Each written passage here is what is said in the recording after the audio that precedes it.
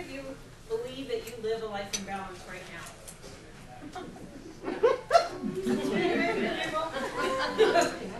How many of you believe that it's even possible? That's great, because I have asked that before, and no, it's not even possible. And I understand that there was an article published that said it's not possible, so don't even bother trying. My response to that was, what? It is very possible. I also live a life in balance, and I know that it's one of the things that people are constantly looking for and striving for. The first thing I'm going to say to you is that you're probably a lot closer than you think.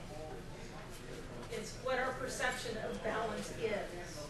So that's the first thing I'm going to talk to you about is what balance really is, life balance is. Now if you're standing up on one foot, are you standing totally still? Are you moving?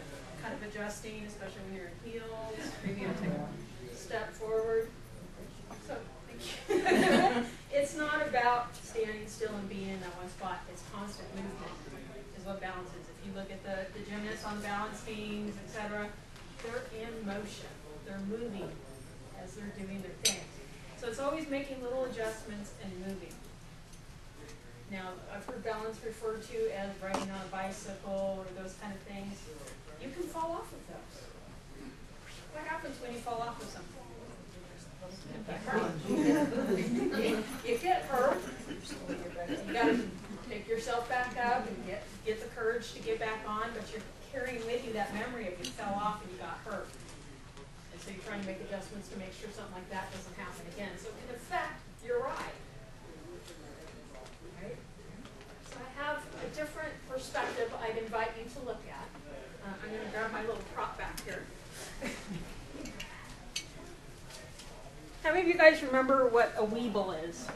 I do. Showing already. They're still out. They still have them. Weebles roll, but they don't fall down, right? That's how I'm going to invite you to look at for your life balance. Is life's going to come along and it's going to send you a knock. You're going to come back. Send you another knock over here. You know, how does the universe talk to you? First, make you a little nudge. You didn't listen. It's going to give you a little harder nudge. Still didn't listen. It slams you, right? Sometimes it may even hold you down. You may have something crazy happen in your life, something traumatic, and you feel like you're stuck.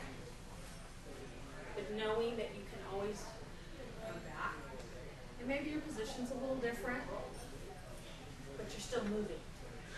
You're still always bouncing back. So rather than falling down and having to pick yourself back up, you're just doing the movement, doing the dance.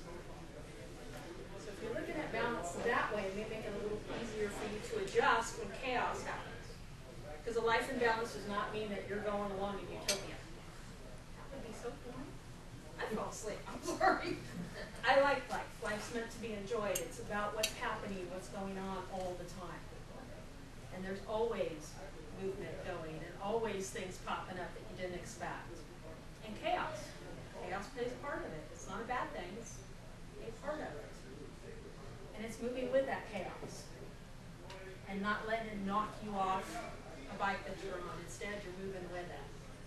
So that's my perspective on balance. And I would invite you to look at balance that way and see what changes may happen in your life when you start doing that. And one of the first ways to do that is focusing on mind, body, and spirit. Now, there are people who focus on just one of those. Like, let's start with the mind. People who only focus on building their mind, which is a fabulous thing in itself, but it's not the only thing. We often call them intellectuals. They're so smart, but how are they in a social situation? Usually. Not very good. It's hard to relate to them because they're always up here. So they need to be expanding themselves into the other parts, their body, their spirit, and connecting them all. Same with people who focus only on the body. We all know those usually the physical fitness trainers at the gym, always working out, always working on the body. What parts are they neglecting? They often don't have real close relationships because their mind is all about the body. And then you have people who only focus on the spirit. Now, some of those can be kind of a little out there. We've all met them. They're just a little loopy because they're way in the spirit world. But they're very spiritual. And it's a beautiful thing, but they're too much in there, and it's hard, again, to connect with them. And they're not connecting to their body. They're often out of their body. Anybody know anybody like that? Not that we're going to admit. They need to be grounded and centered in their body, and that's part of it, is focusing and feeding each of those parts, the mind, the body, and the spirit, and then the connection of those three things, because they all work together. And part of how you connect all of that is with grounding. How many of you know how to ground yourself? So 1, 2 little hands. How many know what grounding means? No, I said no. I was asking, what do you mean? What do I mean? And how many of you have heard, oh, you need to be grounded, or that person's really grounded, and nobody ever tells you what that is. Grounding is a connection of the mind, body, and spirit to the earth and to the divine, whatever the divine is to you. So it's the connection of all three, because it's all energy. And energy flows and it moves. And we're made up of energy. That's what we are. When we break us down scientifically to our basest part, is a little moving energy. Well, we need to keep that flow going. We need to keep that connection going.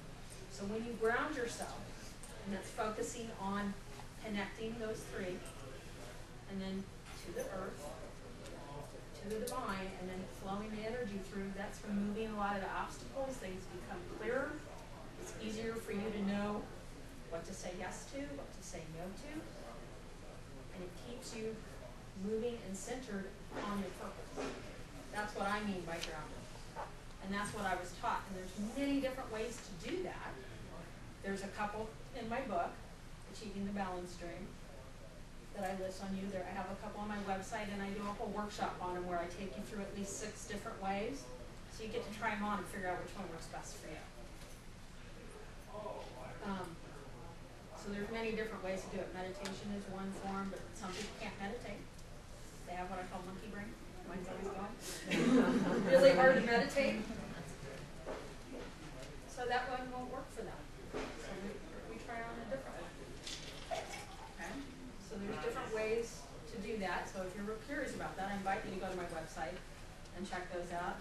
Get the book and look in there. So it's connecting and grounding those 3 things and feeding those 3 things. That's part of what keeps you in balance. So what are you, when you're going to do an activity, look at what part of this is feeding.